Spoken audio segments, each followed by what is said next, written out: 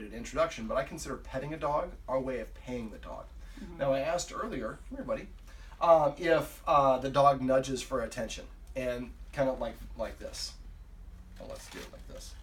Well, there we go. Sticks the nose underneath and kind of nudges. Pay attention to me, pet me.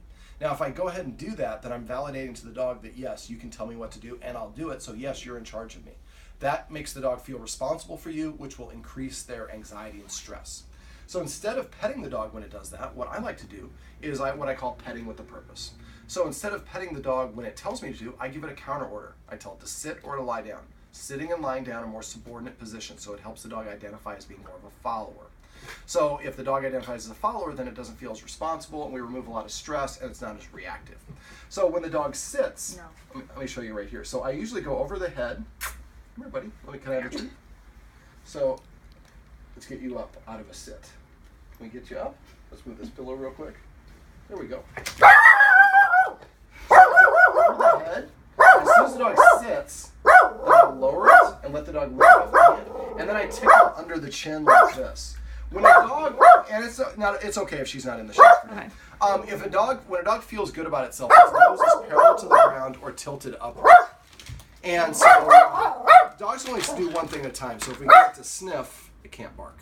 I'm not giving a treat, but we're redirecting. So I want the dog to feel good about the things that we want it to do. These are desired behaviors. And a lot of people, we have a tendency to think because it's a desired behavior, that it must be something that we have to coerce or trick the dog into doing or motivate. But if the dog feels good about doing it, after a while, they sit down. I'm sitting. Shouldn't you be paying attention to me? And we should. So as soon as it sits down, I say the word sit. I don't say good sit. Oh, what a good dog, Carol, you sat down, because I didn't even use the command word. I don't say good dog. A lot of people say good dog, and I find it very prohibitive because good dog doesn't mean anything. It's almost like saying the. It's redundant. So if I ask the dog to sit and I pet it and then say good dog, the petting says good dog. The saying the good dog doesn't do anything. So I just narrate. I say whatever the action or the command word is. So she sits, I pet her and say sit, while I simultaneously tickle her under her chin.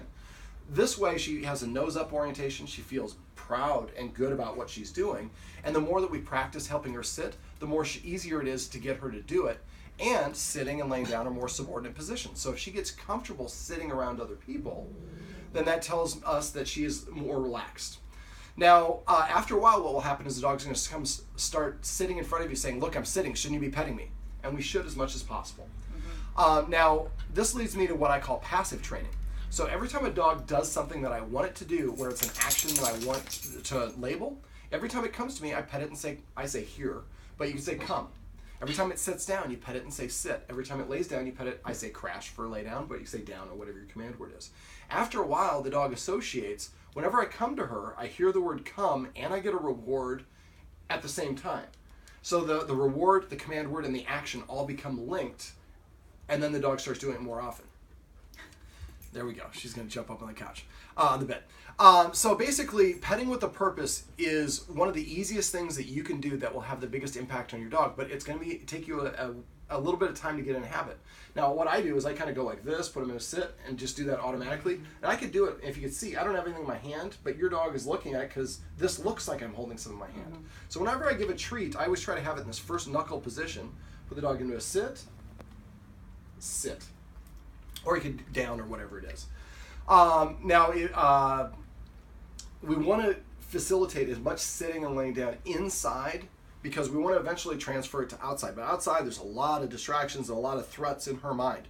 So we're going to have to practice and establish it here. It's kind of like learning driving a stick, which we talked about earlier. You learn to drive in a parking lot, not out on the street or on a hill with somebody behind you at a red light. If you have a police officer behind you, you're stuck in a hill on a red light, and it's first time driving a stick, you're going to burn your clutch out or hit the cop.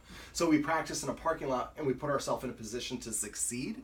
We want to put the dog in a position to succeed. So it starts off by giving her some basic skill sets that will help make her more adoptable and also help us redirect her and put her in a more amicable mindset.